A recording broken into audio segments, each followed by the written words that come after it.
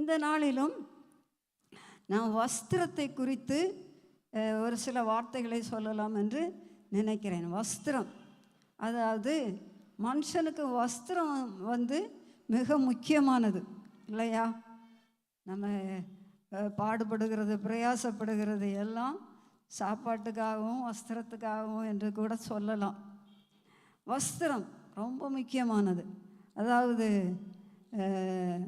ஒவ்வொரு தேசத்துக்கும் ஒவ்வொரு விதமான வஸ்திரங்களை அணிந்து கொள்ளுகிறார்கள். நம்ம இந்திய தேசத்து பெண்கள் உடுத்தி கொள்ளுகிற வஸ்திரம் ரொம்ப மெச்சிக்கொள்ளப்படத்தக்கது.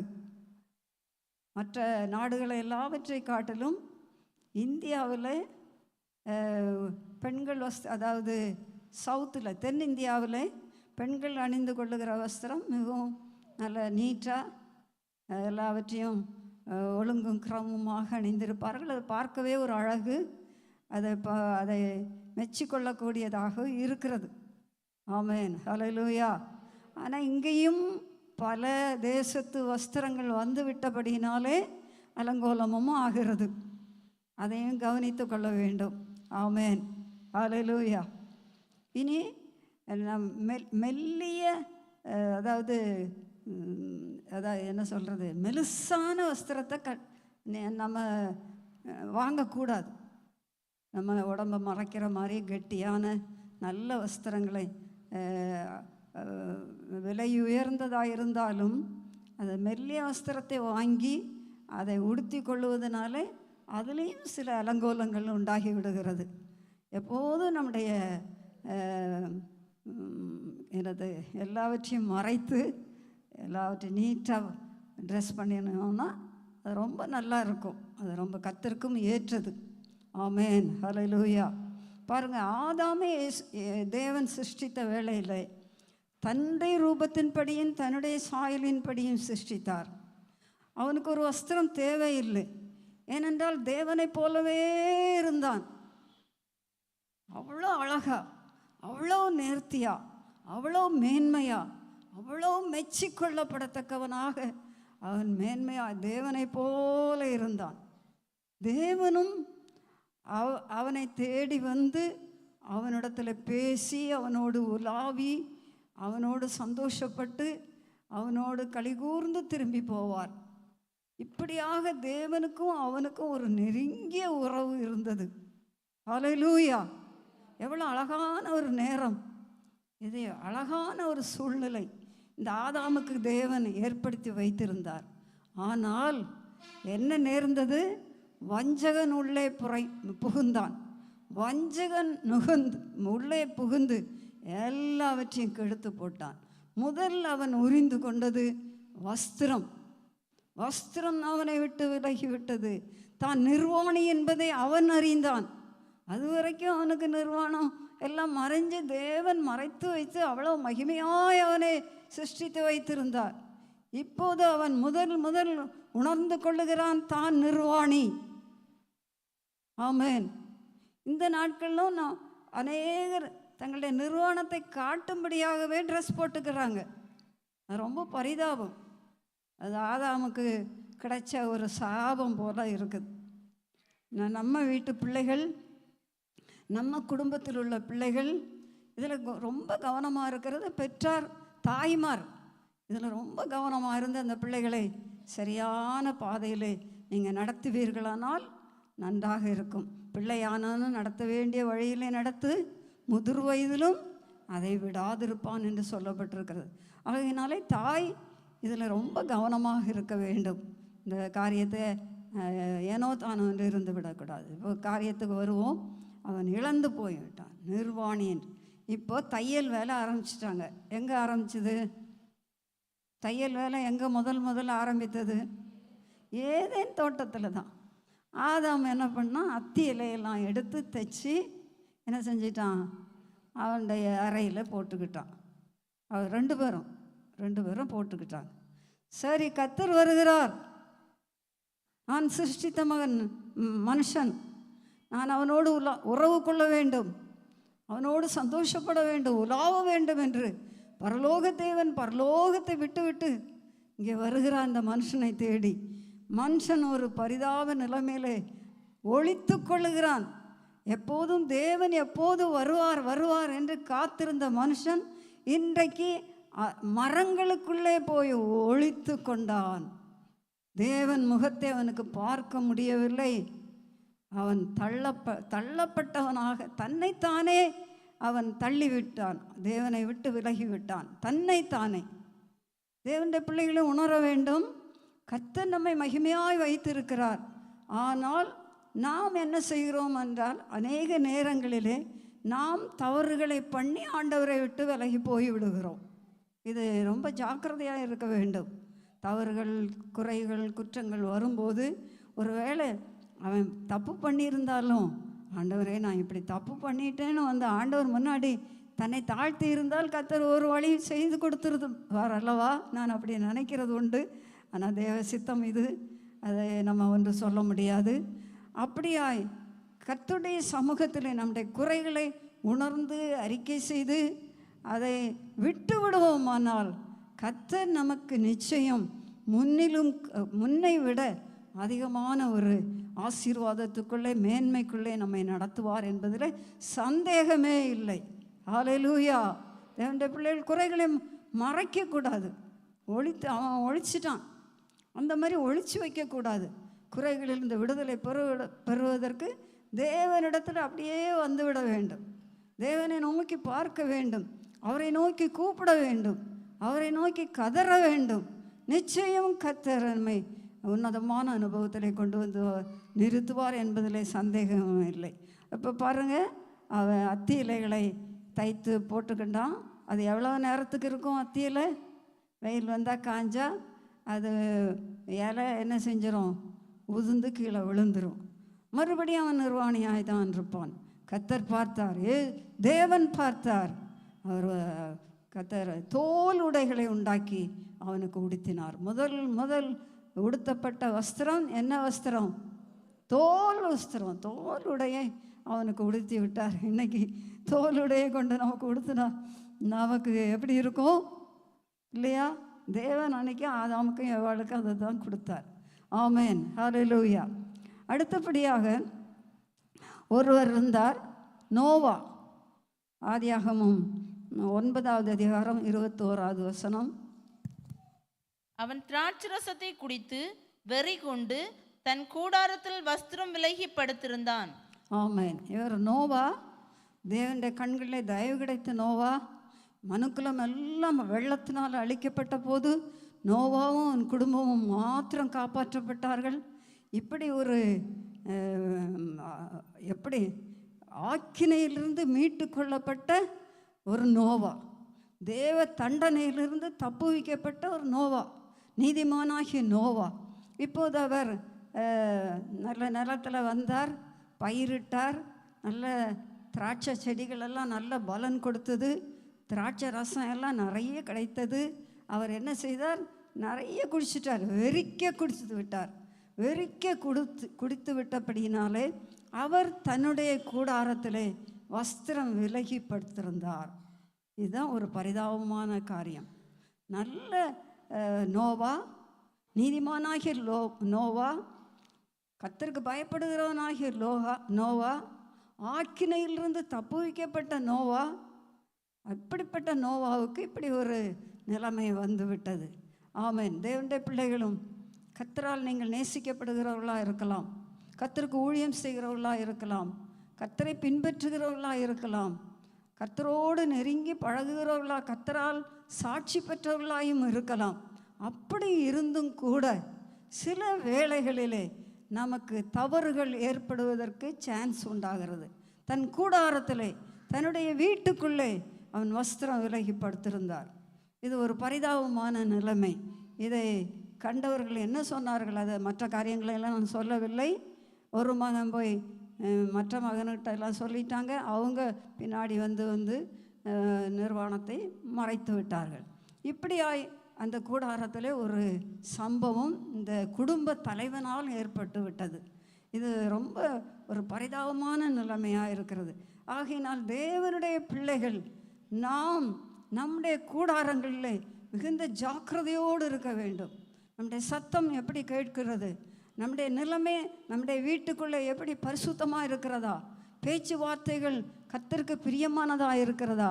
கர்த்தர் பிரியமில்லாத காரியங்களில் நாம் ஈடுபட்டு கொள்ளுகிறோமா? இதை கவனிக்க வேண்டும். நம்முடைய வீட்டு சத்தம் வெளியே கேட்குமானால் நம்ம வஸ்திர விலகி தான் படுத்துட்டோம். சண்டை போட்டு கொண்டு இருப்போமானால், இல்லது கெட்ட வார்த்தை பேசுவோமானால் வஸ்திர விலகி தான் படுத்துட்டோம். உணர்றீங்களா? இதெல்லாம் இருக்குமா உங்கள் வீட்டில்? இருக்குமானால் இன்றைக்கே விட்டு விடுங்கள். கர்த்தர் சமூகத்திலே அறிக்கையிட்டு இயேசுவின் இரத்தத்தினாலே கழுவப்பட்டு நீங்கள் உங்கள் கூடாரங்களிலே பயபக்தியோடு இருக்க வேண்டும். தேவனுக்கு பிரியமானவர்களாக இருக்க வேண்டும். அவரை நேசித்து அவரையே பின்பற்றுகிறவர்களாக இருக்க வேண்டும். அவருக்கு பிரியமில்லாத காரியங்கள் நம்முடைய வீட்டுக்குள்ளே வரவே கூடாது. ஹல்லேலூயா, ஹல்லேலூயா. நோவா எவ்வளோ பெரிய மனுஷன், அவருக்கு கூட இந்த தவறு வந்து விட்டது. நாமும் நம்முடைய வாழ்க்கையிலே, நம்முடைய வீடுகளிலே, கூடாரங்களிலே தவறுகள் வருமானாலும் அவைகளை சரி செய்து கொள்ள வேண்டும். அப்படியே தொடர்ந்து நான் எல்லாம் இப்படி தான் இருப்பேன், எனக்கு இப்படி தான் பேச முடியும், அவங்க இப்படி பேசுனா நான் இப்படி தான் பேசுவேன், அப்படி ஒரு நான்ன்ற ஒரு ஆணவத்தோடு நம்முடைய வீட்டுக்குள்ளே இருக்கக்கூடாது. தாழ்மையோடு இருக்க வேண்டும், பொறுமையோடு இருக்க வேண்டும், அன்போடு இருக்க வேண்டும், குணசாலிகளாக இருக்க வேண்டும். பெண்கள் எப்போதும் எப்படி இருக்க வேண்டும்? நல்ல குணசாலியாக இருக்க வேண்டும். ரூத்தை குறித்து சொல்லும்போது ஊராரெல்லாம் அறிவார்கள் நீ குணசாலி என்பதை என்று போவாஸ் சொல்லுகிறார். பாருங்கள், அவ்வளவு அந்த அந்நிய நாட்டு பெண் தான். அவள் இந்த ஊருக்குள்ளே வந்தபோது அவளை கண்டுபிடித்திருக்கிறார்கள் குணசாலி என்று. நாம் எந்த ஊருக்கு போனாலும், எந்த இடத்துக்கு போனாலும் நாம் குணசாலிகளாக இருக்க வேண்டும். ஹல்லேலூயா. முதல்ல நம்முடைய வீட்டுக்குள்ளே குணசாலிகளாக இருக்க வேண்டும். நம்முடைய கணவன் நம்மை குறித்து குணசாலி என்று சொல்லுவாரா? நம்முடைய சகோதர சகோதரிகள் பெற்றார் நம்மை குணசாலி என்று சொல்லுவார்களா? அப்படியானால் நீங்கள் பாக்கியவான்கள். ஹல்லேலூயா, ஹல்லேலூயா. நான் இதோட அந்த காரியத்தை நான் நிறுத்துகிறேன். இன்னும் பாருங்கள், ஒரு மனுஷன் லூக்கா சுவிசேஷம் 10வது அதிகாரம் 15வது வசனம். லூக்கா 10:15. வானபரியந்தம் உயர்த்தப்பட்ட கப்பர்நகூமே. சாரி, என்ன 10:15 லூக்கா.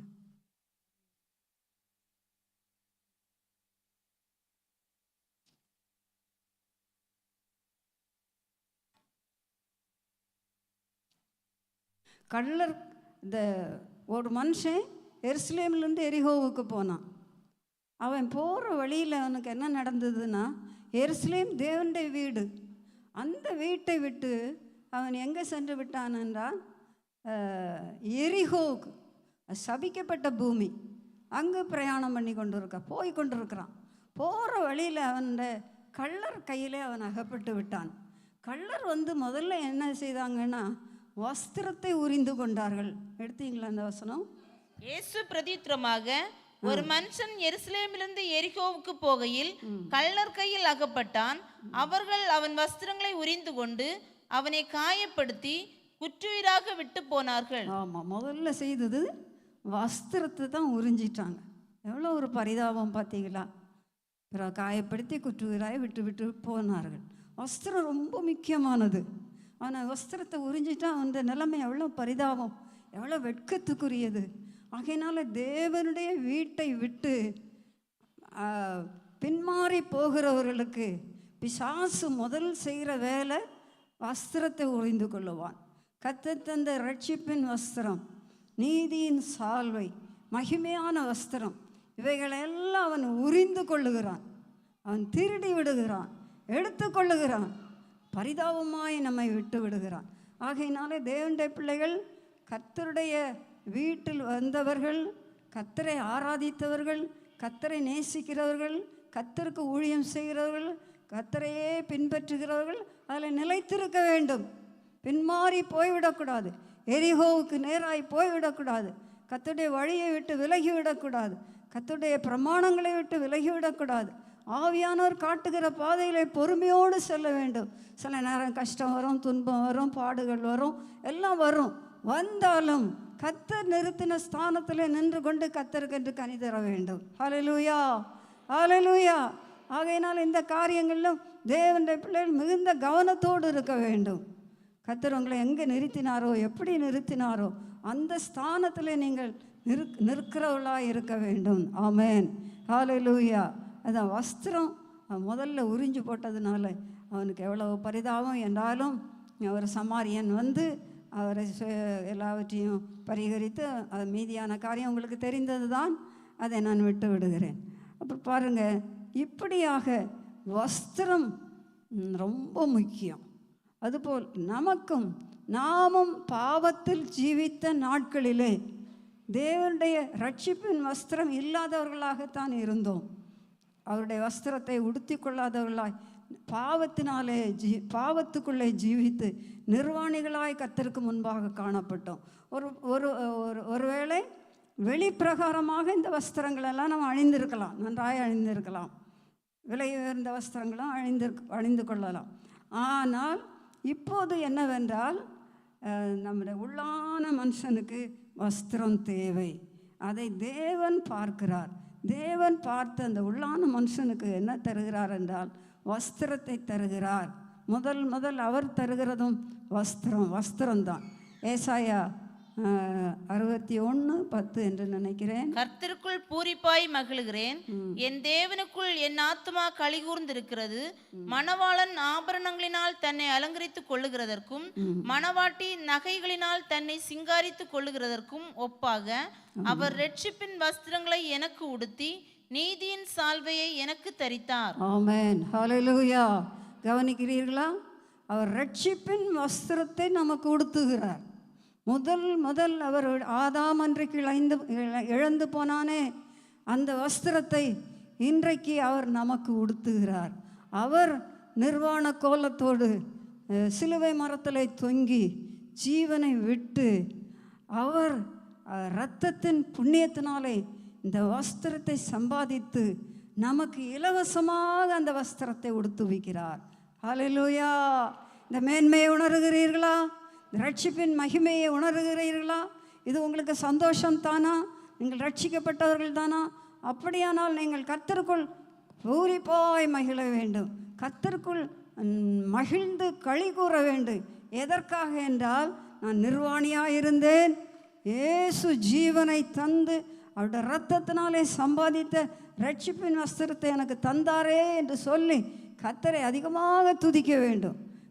கர்த்தருக்குள் மகிழ வேண்டும், கர்த்தருக்குள் களி கூற வேண்டும். இதை நம்ம மறந்து விடக்கூடாது. அநேக காரியங்களுக்காக ஜெபிப்போம், ஆண்டவர் நமக்கு உதவி செய்கிறார், ஸ்தோத்திரத்தை செலுத்துவோம், எல்லாம் பண்ணுவோம், சரிதான். கர்த்தர் என்னை ரட்சித்தாரே, ஒரு நாள் என்னை சந்தித்தாரே.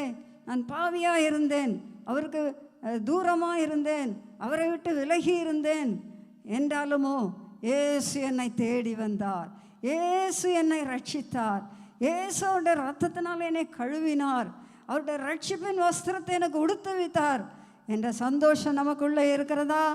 ஹல்லேலூயா, ஹல்லேலூயா. ஒரு பாட்டு உண்டல்லவா, என்ன என் ஆனந்தம், என்ன என் ஆனந்தம் சொல்லக்கூடாதே, மன்னன் கிறிஸ்து என் பாவத்தை எல்லாம் மன்னித்து விட்டாரே. பாடலாமா? எல்லாரும் கரங்களை தட்டி, எல்லாருக்கும் தெரிந்த பாட்டு தான். என்ன என் ஆனந்தம், என்ன என் ஆனந்தம் சொல்லக்கூடாதே. என்ன என் ஆனந்தம், என்ன என் ஆனந்தம் சொல்லக்கூடாதே. மன்னன் கிறிஸ்து என் பாவத்தை எல்லாம் மன்னித்து விட்டாரே. மன்னன் கிறிஸ்து என் பாவத்தை எல்லாம் மன்னித்து விட்டாரே. வெண்ணங்கி பொன்முடி வாத்தியம் மேல் வீட்டில் ஜெய கொடியுடனே. வெண்ணங்கி பொன்முடி வாத்தியம் மேல் வீட்டில் ஜெய கொடியுடனே. மண்ணுலகில் வந்து விண்ணுலகில் சென்ற மன்னனை ஸ்தோத்தரிப்போம். மண்ணுலகில் மன்னனை சோத்தரிப்போம். ஹல்லேலூயா, ஹல்லேலூயா. ஆமென். கர்த்தர் தந்த ரட்சிப்பின் வஸ்திரத்தை குறித்து நாம் சாகும் வரைக்கும் மறக்கக்கூடாது. சந்தோஷப்பட்டு களி கூர்ந்து கொண்டே இருக்க வேண்டும். ரட்சிப்பிலே மகிழ வேண்டும். கர்த்தர் தந்த ரட்சிப்பு அவ்வளோ விலையேறப்பெற்றது. அவருடைய ரத்தம் எல்லாம் ஒரு தராசில் வைத்து, இந்த ரட்சிப்பை ஒரு தராசில் வைத்தா அது ஈக்குவலாக இருக்கும். அவ்வளோ விலையேறப்பெற்றது, விலை கொடுத்து வாங்க முடியாது. மனுஷன் இன்னைக்கு இந்த ரட்சிப்பை ஆத்ம சாந்தி அடைய வேண்டும் என்று எங்கெங்கெல்லாமோ போகிறாங்க.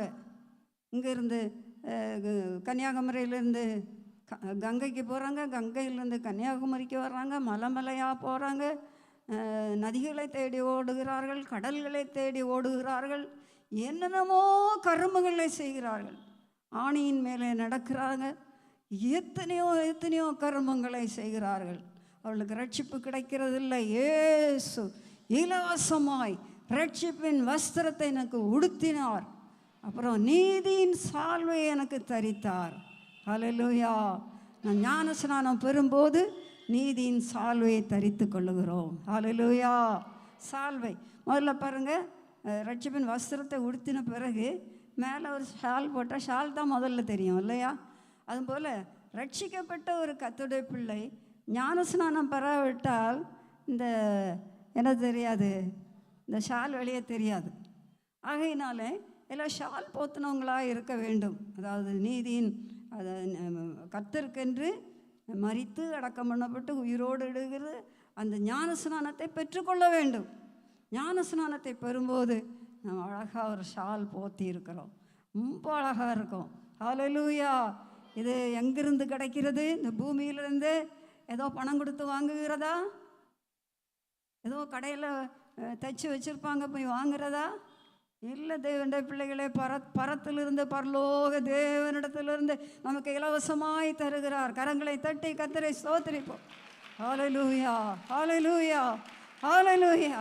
ரட்சிப்பின் சந்தோஷம், நீதியின் சால்வை எல்லாவற்றையும் கர்த்தர் நம்ம மேலே உடுத்தி அவர் அழகு பார்க்கிறார், நம்மை பார்த்து கொண்டிருக்கிறார்.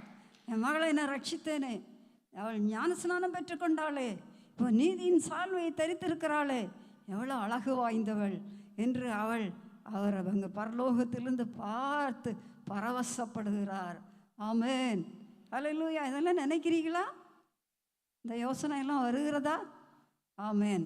கர்த்தர் உங்களை ஆசீர்வதிப்பாராக. இந்த வசனத்தில் இன்னும் பார்ப்போன்னா, அதில் எப்படி சந்தோஷப்பட வேண்டும் என்றால், மணவாளன் மணவாட்டி அந்த நாளில் மணநாளிலே எப்படி தங்களை அலங்கரித்து கொள்வார்களோ, நகைகளினாலே ஆபரணங்களினாலே தன்னை அலங்கரித்து கொள்ளுகிறது போல, சிங்காரித்து கொள்ளுகிறது போல அவள் இந்த ரட்சிப்பிலே சந்தோஷப்பட சொல்லுகிறார். ரட்சிப்பின் வஸ்திரத்தை நமக்கு அப்படியாய் உடுத்தி இருக்கிறார். மணவாளன் மணவாட்டி அலங்கரிக்கிறது போல கர்த்தர் நம்மை அலங்கரிக்கிறார். ஆமென், ஹல்லேலூயா.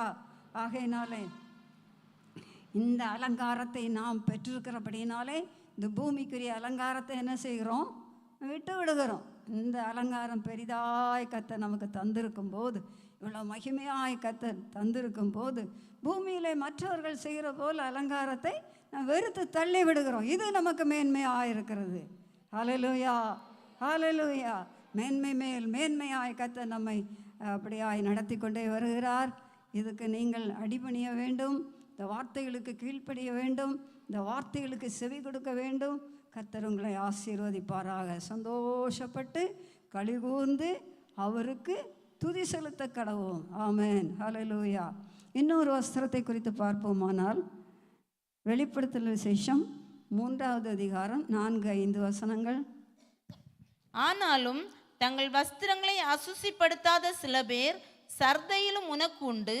அவர்கள் பாத்திரவான்கள் ஆனபடியால் வெண்வஸ்திரம் தரித்து என்னோடே கூட நடப்பார்கள். ஜெயங்கொள்கிறவன் எவனோ அவனுக்கு வெண்வஸ்திரம் தரிப்பிக்கப்படும். ஜீவ புஸ்தகத்திலிருந்து அவனுடைய நாமத்தை நான் கிறுக்கி போடாமல் என் பிதா முன்பாகவும் அவருடைய தூதர் முன்பாகவும் அவன் நாமத்தை அறிக்கையிடுவேன். ஆமென், ஹல்லேலூயா. இங்கே கர்த்தர் அடுத்தபடியாக சொல்லுகிற வஸ்திரம் வெண் வஸ்திரம். நம்ம எல்லாம் இப்போ உடுக்கிற மாதிரி வெள்ளை வஸ்திரம் இல்லை. கர்த்தர் தருகிற வஸ்திரம் அது ரொம்ப பிரகாசமாக இருக்கும். ரொம்ப அழகாக இருக்கிறோம், எவ்வளோ மேன்மையாக இருக்கும். அந்த வஸ்திரம் யாருக்கு கொடுக்குறார் என்றால், இந்த சர்தை சபையில் பல குறைகள் இருந்தது. அப்போ தான் ஆவியானவர் சொல்லுகிறார், சர்தை சபையில் பல குறைகள் இருந்தாலும் தங்கள் வஸ்திரத்தை அசுசிப்படுத்தாத சில பேர் எனக்கு உண்டு. சிலர் மாத்திரம். ஒரு பெரிய சபை சர்தை சபை.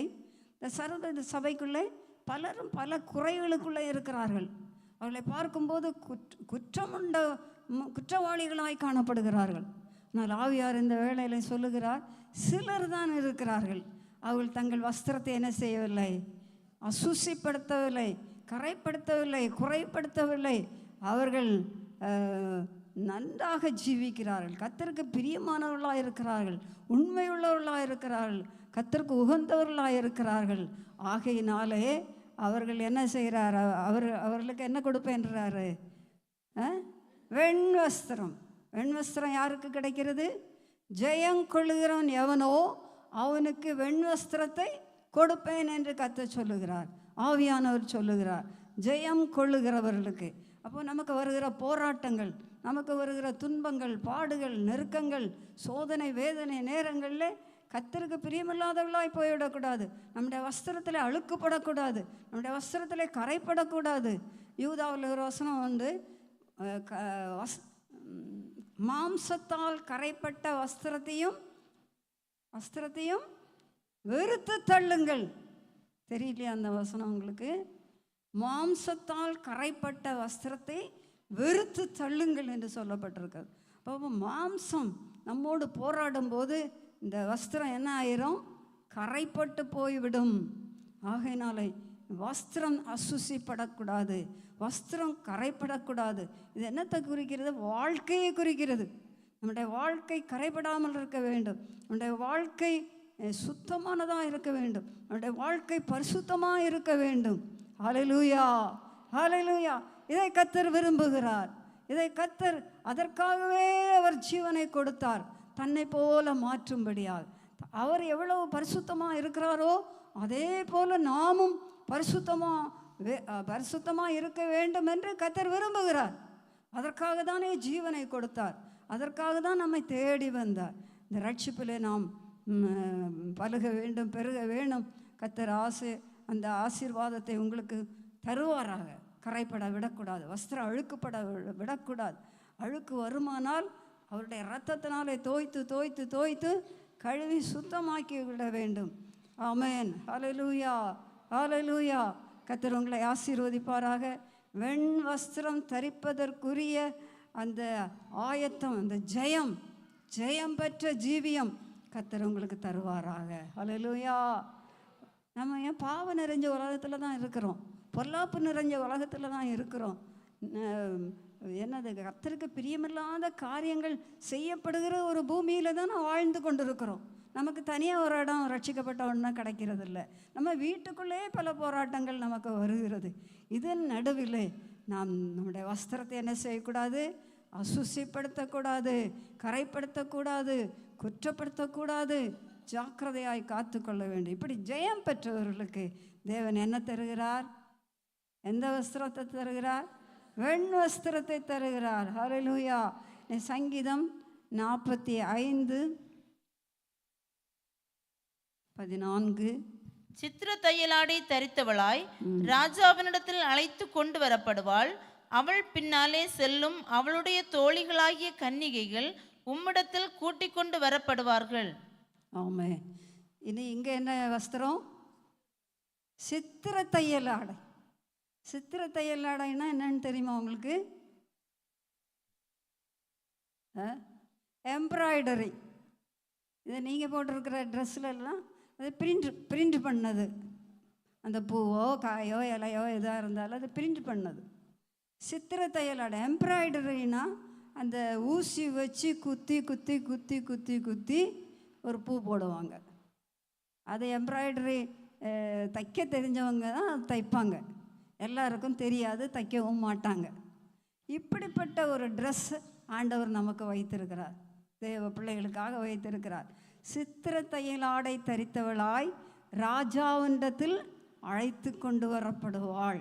அப்படியானால் இந்த சித்திர தையல் ஆடை எதை குறிக்கிறது என்றால், நமக்கு வருகிற பாடுகள், உபத்திரவங்கள், கிறிஸ்துவின் நிமித்தம் வருகிற நெருக்கங்கள், நமக்கு என்னென்ன கஷ்டங்கள் வருகிறதோ இவை எல்லாம் நமக்கு வாழ்க்கையில் என்ன மாறுகிறது?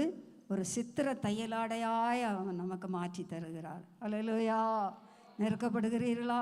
கிறிஸ்துவ நிமித்தம் பாடுபடுகிறீர்களா? உபத்திரவப்படுகிறீர்களா? யாராவது உங்களை கேவலமாக பேசுகிறாங்களா? சர்ச்சுக்கு வர்றதுனால உங்களை வேண்டாத வார்த்தைகளை சொல்லி திட்டுறாங்களா? பக்கத்து வீட்டுக்காரங்க சண்டைக்கு வர்றாங்களா, பேசுகிறாங்களா? இவற்றின் நடுவில் நீங்கள் பொறுமையாக இருப்பீர்களானால், நீங்கள் பரிசுத்தத்தை காத்து கொண்டு கர்த்தருக்கு பிரியமானவர்களாக இருப்பீர்களானால், இந்த உபத்திரவம் எல்லாம் உங்களுக்கு சித்திர தையல் ஆடையாய் கிடைக்கும். ஹல்லேலூயா. ஒவ்வொருவருக்கும் கர்த்தர் அதை வைத்திருக்கிறார். அவரவர் திராணிக்கு ஏற்றபடி, அவரவர் சகித்த நிலைமைக்கு ஏற்றபடி அந்த சித்திர தையல் ஆடையை நமக்கு தருகிறார். தேவ பிள்ளைகள் சோவியத் நாட்டிலெல்லாம் கர்த்தருடைய பிள்ளைகள் அநேக உபத்திரவங்களை அனுபவிக்கிறார்கள், அநேக பாடுகளை அனுபவிக்கிறார்கள். ஹல்லேலூயா. அதாவது நான் ஒரு புஸ்தகத்தில் படித்தேன் பாருங்கள், அதை நான் சொல்லலான்னு நினைக்கிறேன். அதாவது ஒருவர் கர்த்தருடைய நாமத்து நிமித்தம் சிறையில் அடைக்கப்பட்டார். சிறையில் இருந்து கொண்டு இருக்கிற வேளையில் அவர் அந்த நிலவறைகளுக்குள்ளே அண்டர் கிரவுண்டுக்குள்ளே உள்ளே போய் அவர் வேலை செய்ய வேண்டிய ஒரு பரிதாபமான நிலை.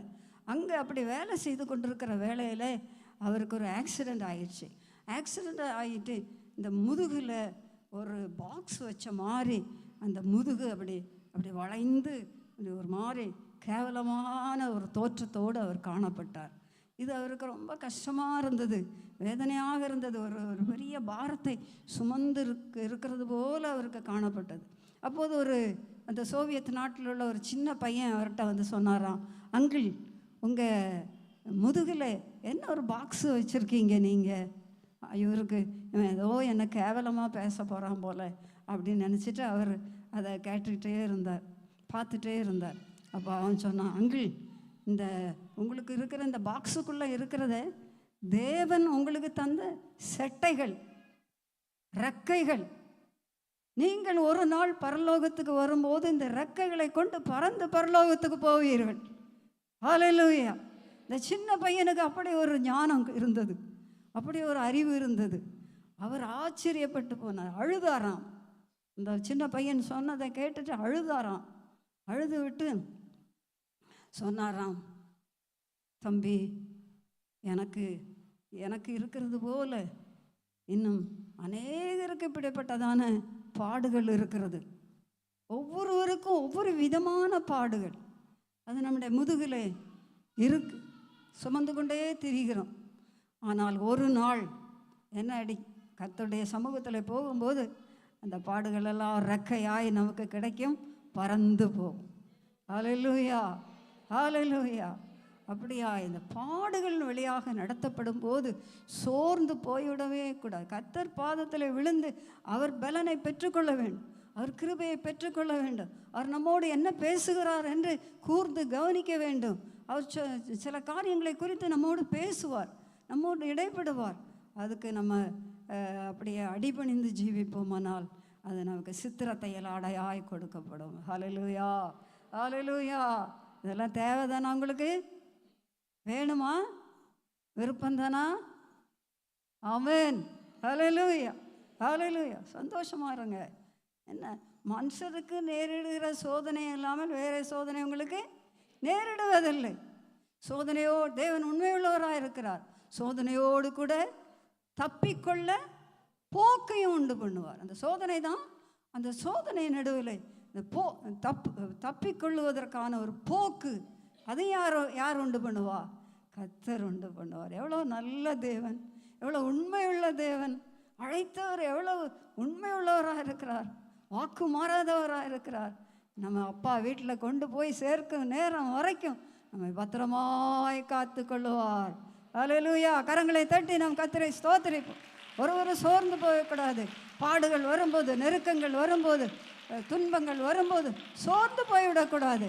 அவர் பாதத்திலே விழுந்து அவருடைய கிருபையை இன்னும் அதிகமாக பற்றி கொள்ளுவோம். ஹல்லேலூயா. இன்னும் இந்த 45வது சங்கீதத்திலேயே 14வது வசனம் 13. ராஜகுமாரத்தி உள்ளாக பூரண மகிமை உள்ளவள், அவள் உடை பொற்சரிகையா இருக்கிறது. இப்போ ராஜகுமாரத்தி ரொம்ப அழகு பெற்றவளாய் வந்து நிற்கிறாள். இயேசு கிறிஸ்துவின் இரத்தத்தினாலே மீட்கப்பட்டு ரட்சிப்பின் வஸ்திரத்தை உடுத்தி, நீதியின் சால்வையை தரித்து, வெண் வஸ்திரம் உடுத்தி, இப்படியெல்லாம் வந்து இந்த வஸ்திரங்களெல்லாம் உடுத்தி அவள் ஒரு ராஜகுமாரத்தியாய் வந்து நிற்கிறாள். அழகாக வந்து நிற்கிறாள். இப்போது ராஜகுமாரத்தி என்ன கொடுக்கப்படுகிறது? அவளுக்கு பொற்சரிகையான உடை.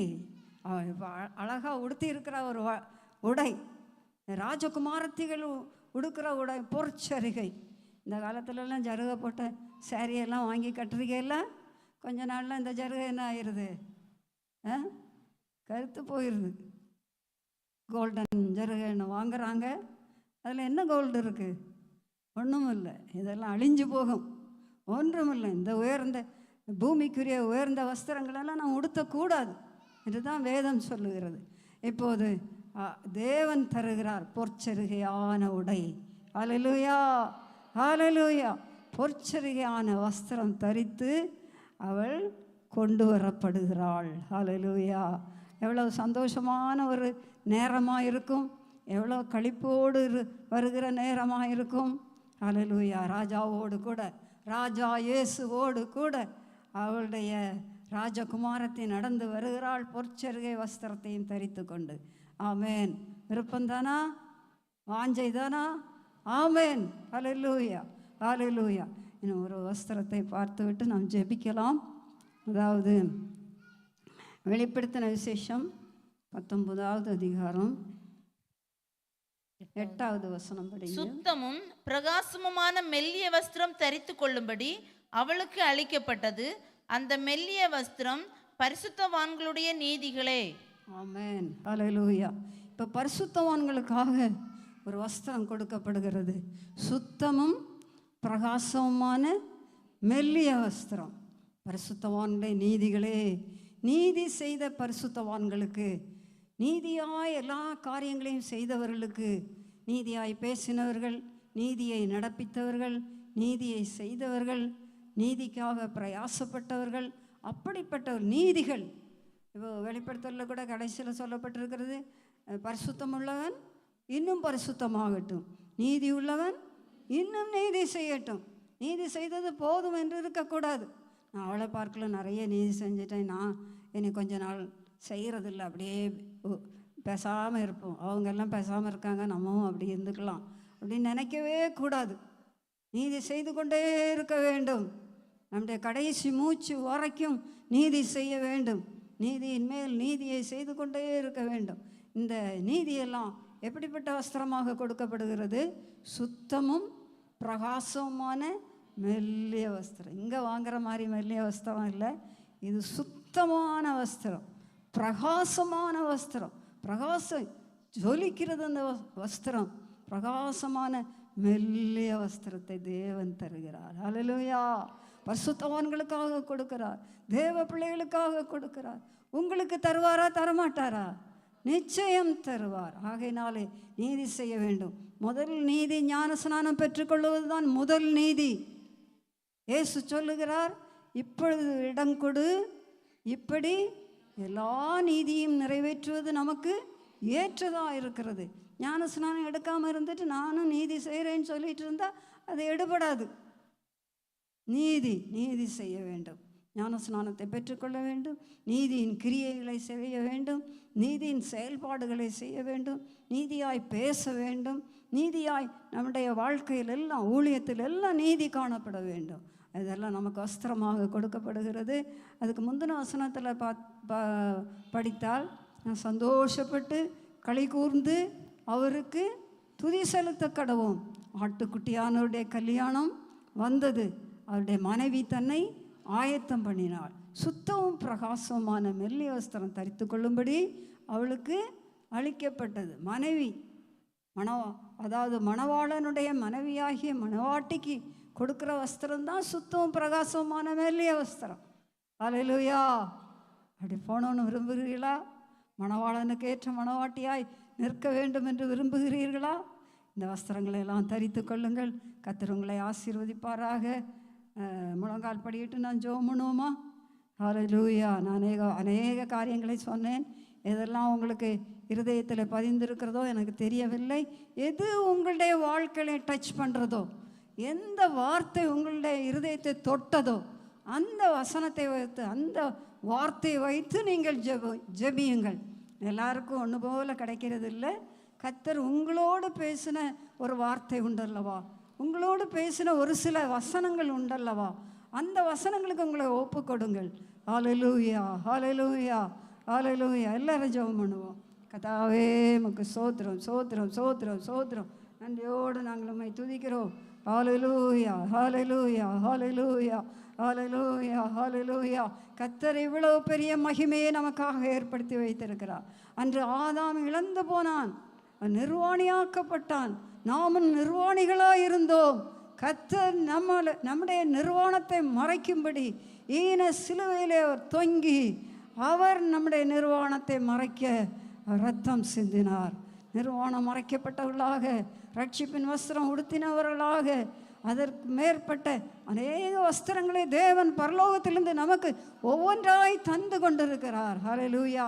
துதிக்க துதிக்க துதிக்க துதியினுடைய தருகிறார் கர்த்தர். துதியினுடை, அது சொல்லப்பட்டிருக்கிறத வசனத்தில், துதியினுடை. துதிக்க துதிக்க துதிக்க நீங்கள் கர்த்தரை எவ்வளோ துதிக்கிறீங்களோ அது உங்களுக்கு வஸ்திரமாக கொடுக்கப்படுகிறது. ஹல்லேலூயா, ஹல்லேலூயா. உங்களோட கஷ்டம் நீங்க, வேதனை நீங்க, துன்பம் நீங்க, பாடுகள் நீங்க துதித்து கொண்டே இருப்பீர்களானால் அது உங்களுக்கு ஒரு வஸ்திரமாக தரப்படுகிறது. ஹல்லேலூயா, ஹல்லேலூயா. எல்லாரும் ஜெபம் பண்ணுவோம். வாய் திறந்து கர்த்தரை நோக்கி கூப்பிடுங்கள்.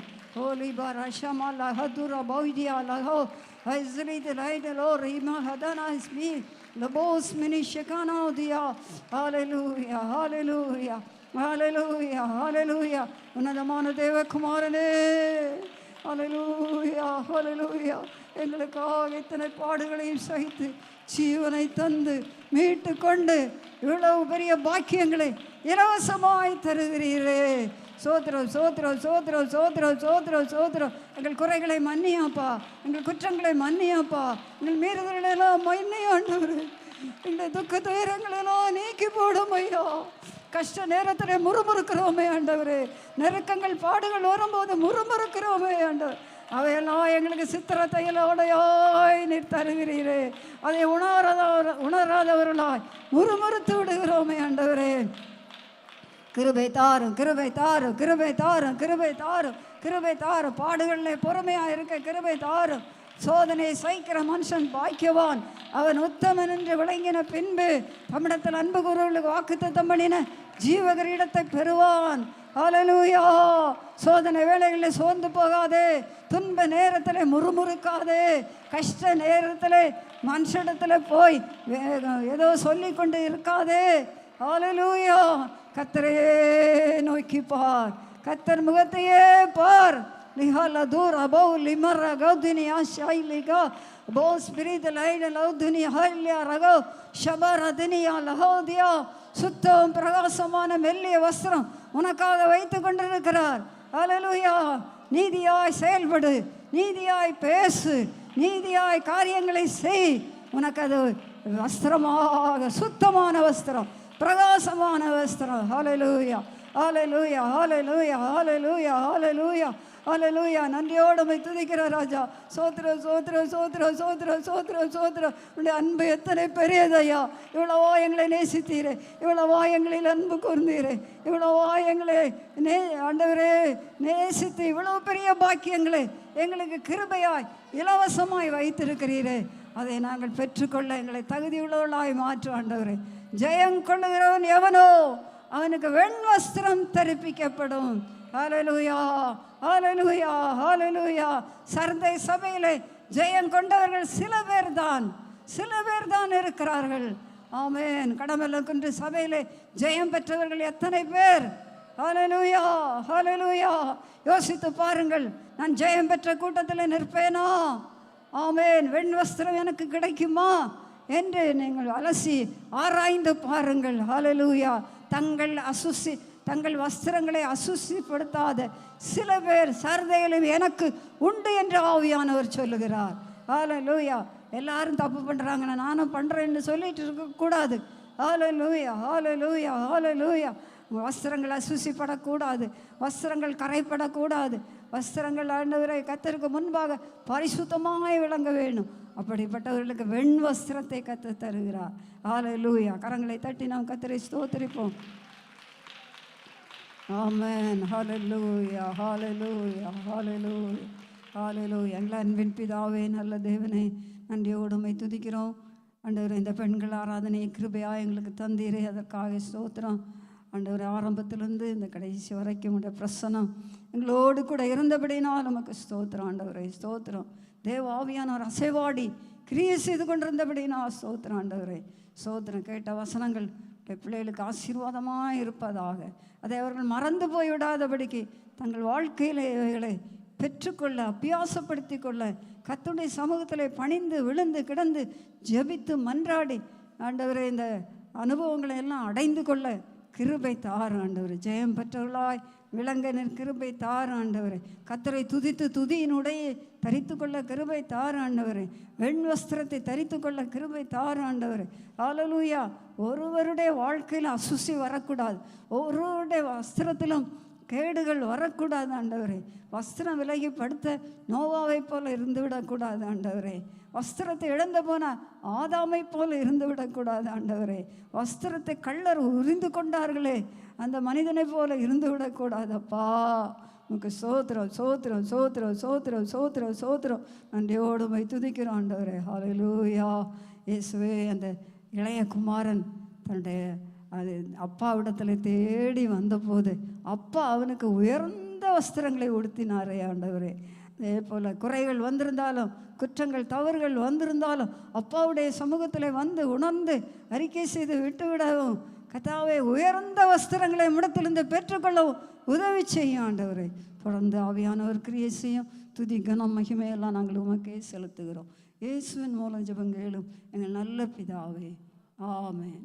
என் ஆத்மாவே கர்த்தரை ஸ்தோத்திரி, என் முழுவதும் பரிசுத்த நாமத்தை ஸ்தோத்திரி. என் ஆத்மாவே கர்த்தரை ஸ்தோத்திரி, அவர் செய்த சகல உபகாரங்களையும் மறவாதே. அவர் உன் அக்கிரமங்களை எல்லாம் மன்னித்து நோய்களை எல்லாம் குணமாக்கி உன் பிராணனை அழிவுக்கு விலைக்கு மீட்டு உன்னை கிருபையினாலும் இரக்கங்களினாலும் முடிசூட்டி நன்மையினால் உன் வாயை திருப்தியாக்குகிறார். கழுவுக்கு சமானமாய் உன் வயது திரும்ப வாழ வயது போலாகிறது. ஆமென்.